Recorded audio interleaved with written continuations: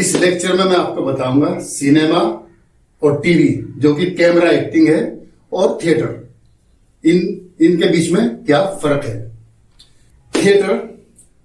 Theatre film line क्या बल्कि अभिनय की एक्टिंग की एक नींव है, क्योंकि थिएटर से निकलने के बाद ही एक एक्टर परफेक्ट एक्टर होता है। जिसने थिएटर कर लिया मतलब वो एक्टर बन गया, क्योंकि थिएटर में कोई कैमरा नहीं होता, कोई एक्शन नहीं होता, सिर्फ एक रिहर्सल होती है 10 दिन 15 दिन या महीने की। उस रिहर्सल के बाद वो लाइव किया जाता है, यानी कि लाइव शो होता है वो, जहां पे कोई भी कट नहीं होता, कोई कैमरा नहीं होता। और उस शो से निकलने के बाद आप फिल्म लाइन की तरफ कदम बढ़ाते हैं। यही वो थिएटर है जहां से दिग्गज अभिनेताओं की भरमार हमारी फिल्म लाइन में हुई है। ओमपुरी, अमरीश पुरी, मनोज वाजपेयी, इरफान खान, नसीरुद्दीन शाह, ऐसे बहुत सारे एक्टर हैं जो सिर्फ और सिर्फ थिएटर की देन है। अब आप उनकी एक्टिंग देखते हैं, रियल लगता है, क्योंकि वो एक्टिंग नहीं करते, वो थिएटर से निकले हुए आर्टिस्ट होते हैं।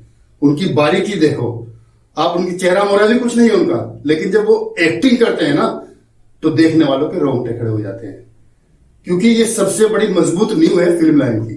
अब हम आते हैं सिनेमा और टीवी शो में।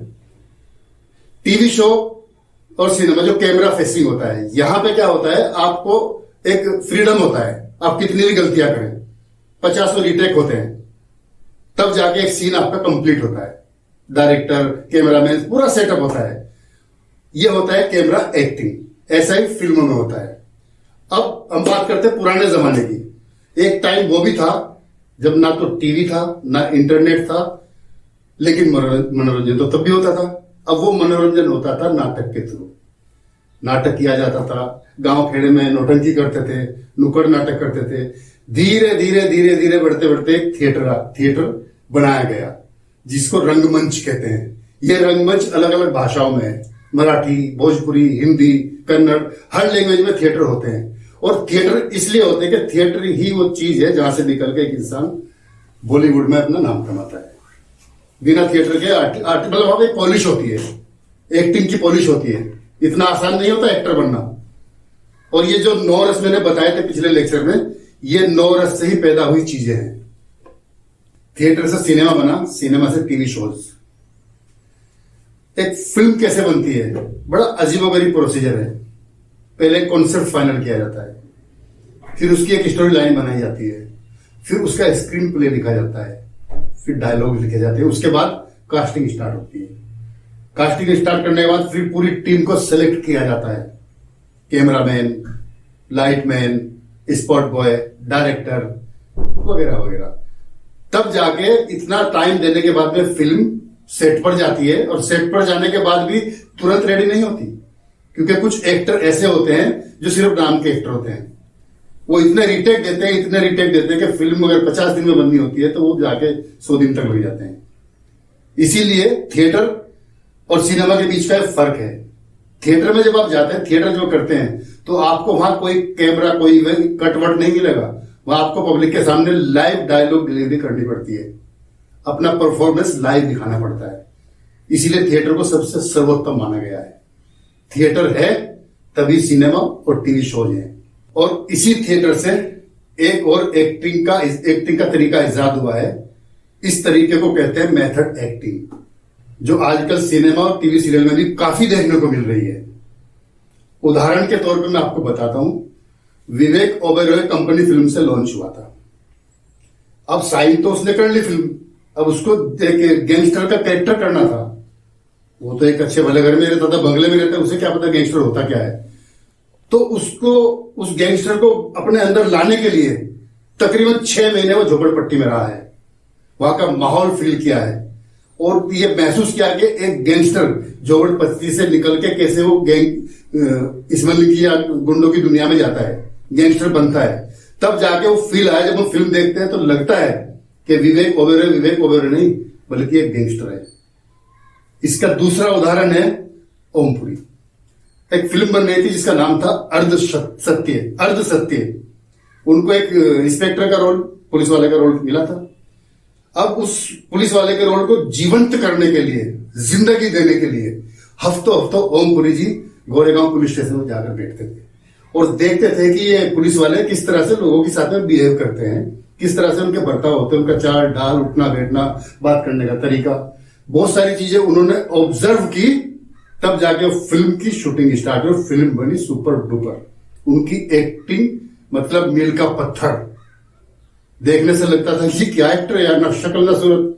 लेकिन सबसे खूबसूरत चीज होती है अभिनय, एक्टिंग। एक्टिंग ही इंसान को सही दिशा दिखाती है, अगर आपकी एक्टिंग अच्छी है तो। ये तो बहुत ही फेमस एग्जाम्पल थे। अभी मैं आपको कुछ दिन पहले का ही टाइम का बताता हूं। आपने फिल्म देखी दंगल, आमिर खान वाली? आमिर खान को जब ये फिल्म ऑफर हुई तो उसने सोचा यार ये तो एकदम भारी भरकम आदमी है, ये भी करना है उसको, फिर पतला भी होना है, ऐसे कैसे होगा? लेकिन परफेक्शन कैसे लाया जाता है? उस बंदे ने सबसे पहले अपना मोटापा, शरीर को आकार दिया, खा पी के, जो भी उसकी खाने की डाइट्स रही होंगी, खा पी के एकदम पहलवान जैसा वो नजर आया। और 4 बच्चियों का बाप, लगता था कि 4 बच्चियों का बाप है। अगर इस गेटअप के अलावा उसको देखो तो 25 साल 30 साल के लगते हैं, लेकिन लग रहा था कि 4 बच्चियों का बाप है। और उनको पूरा करने के बाद उसने पहले वो मोटापे वाला पूरा अपना सीक्वेंस उड़वाया। जब उसका मोटापे वाला पूरा सीक्वेंस शूट हो चुका था, अब बारी आती है उसे वापस पतला होने की। अब उस बंदे ने, कमाल का एक्टर है, उस बंदे ने एक्सरसाइज की, जो भी किया, उस कैरेक्टर में आके वो फिट हुआ। तब जाके उसका वो पतला, जो कम वजन वाला था, वो पार्ट शूट किया गया और फिल्म आपने देखी है। बंदे के वेरिएशन देखो। ये मेथड एक्टिंग का एक और रूप है।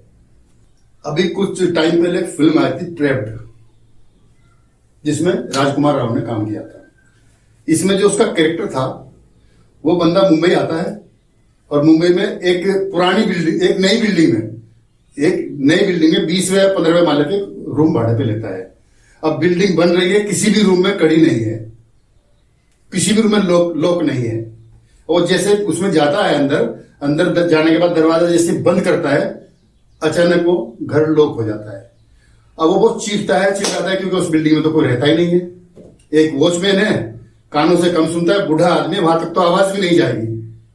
अब ये 15 दिन का प्रोसीजर जो उसका दिखाया है बंदे का, राजकुमार राव का कैरेक्टर जो फिल्म के अंदर है, वो चूहे से बहुत डरता है और वहीं पे उसको एक चूहा नजर आता है। अब तन्हाई बहुत बुरी चीज होती है, ये उसके एक्सप्रेशन से देखा हमने। अब वो उस चूहे से दोस्ती करता है, उससे बातें करता है और खाने के नाम पे कबूतर का शिकार करता है। वहां पे कुछ आसपास होता ही नहीं है। अब 3 हफ्ते के बाद वो जब वो कमजोर और मरा हुआ सा बाहर निकलता है तो लगता है कि वाकई 3 हफ्ते तक भूखा रहा होगा। इसके पीछे की कहानी मैं आपको बताता हूं। जब इस फिल्म को राजकुमार राव ने साइन की तो पहले उसको मैं महसूस किया कि मैं 3 हफ्ते तक का भूखा कैसे नजर आऊं। तो बंदे ने कमाल का कैरेक्टर है, उसने 3 हफ्ते तक सिर्फ और सिर्फ ब्लैक टी यानी चाय, काली चाय पी, खाना बिल्कुल नहीं खाया। और 3 हफ्ते के अंदर वो वैसा हो गया जैसा भूखा प्यासा एक मर्जिल सा इंसान होता है। ये होता है कैरेक्टर को जिंदा रखने की एक काबिलियत जो राजकुमार राव में है। ये भी मेथड एक्टिंग का एक एग्जाम्पल है। मेथड एक्टिंग की इसी कड़ी में एक एग्जाम्पल और है, वो है रणदीप हुडा। रणदीप हुडा अच्छा खासा बॉडी बिल्डर है, ढील डोल बहुत अच्छा है, हाइट बहुत अच्छी है। उसे एक फिल्म ऑफर हुई। फिल्म थी सरबजीत के ऊपर। सरबजीत वो जिसको पाकिस्तान में नाजायज तरीके से कैद करके रखा गया था, जबकि वो इंडियन था। जब रणदीप हुडा ने कहानी पढ़ने के बाद में बड़ा ही खुश हुआ, इंप्रेस हुआ, यार ये तो बहुत अच्छी कहानी है। लेकिन कहानी पढ़ने के बाद उसने सोचा कि मैं अपना वजन कैसे कम करूंगा। सरबजीत तो बहुत ही कमजोर और सजाया याफ्ता और जेल में पड़ा हुआ कैरेक्टर था। उस बंदे ने 28 दिन में 20 किलो वजन कम किया अपना। यह था जुनून उस कैरेक्टर को जीवित करने का, जो पाकिस्तान की जेल में कैद रह चुका है।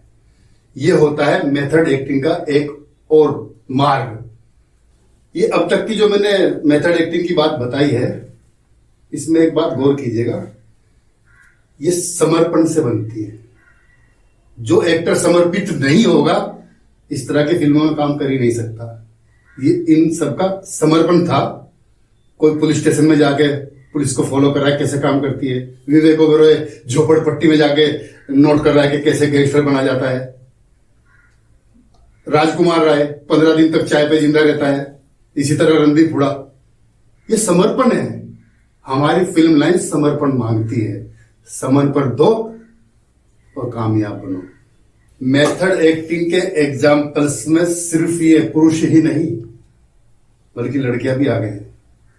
और इन लड़कियों में एक लड़की है भूमि पेडनेकर, जो पहले असिस्टेंट डायरेक्शन का काम कर चुकी है। उसको एक फिल्म ऑफर हुई जिस फिल्म का नाम था जोर लगा के हिस्सा। अब वो फिल्म साइन करे तो कैसे करे, क्योंकि उसको 90 किलो की एक लड़की दिखना था। वो तो बहुत 50 से 55 किलो की होगी। अब 90 किलो की होने के लिए उस फिल्म में जान डालने के लिए उसने अपना वजन बढ़ाया और कुछ ही दिनों में 90 किलो वजन जब उसका हो गया तो फिल्म शूट हुई। फिल्म शूट होने के बाद में रिलीज हुई और हिट हुई। उसने अपना वजन फिर से कम किया और आज भूमि पेडनेकर अपने इसी समर्पण की वजह से दिलों पर छाई हुई है। उसकी हर फिल्म अलग अलग तरह की फिल्म आ रही है और सभी फिल्मों में अच्छी एक्टिंग कर रही है और अच्छी चल रही है उसकी फिल्में। सांड की आंख में भी उसने बहुत अच्छा काम किया, एक ओल्ड लेडी का। इसी को बोलते हैं मेथड एक्टिंग। तो बच्चों, ये छोटी छोटी बारीकियां जो मैंने बताई हैं, ये एक्टिंग और मेथड एक्टिंग दोनों जगह काम आने वाली है और आपको अब इस पर पूरा ध्यान देना है। अब आने वाले लेक्चर में मैं बताऊंगा, यानी अगले लेक्चर में मैं आपको बताऊंगा कि कैमरा कैसे फेस किया जाता है, कैमरा फेसिंग क्या होता है, कैमरा एक्टिंग क्या होती है, इसकी भी बारीकियां जो छोटी छोटी चीजें हैं मैं आपको बताऊंगा।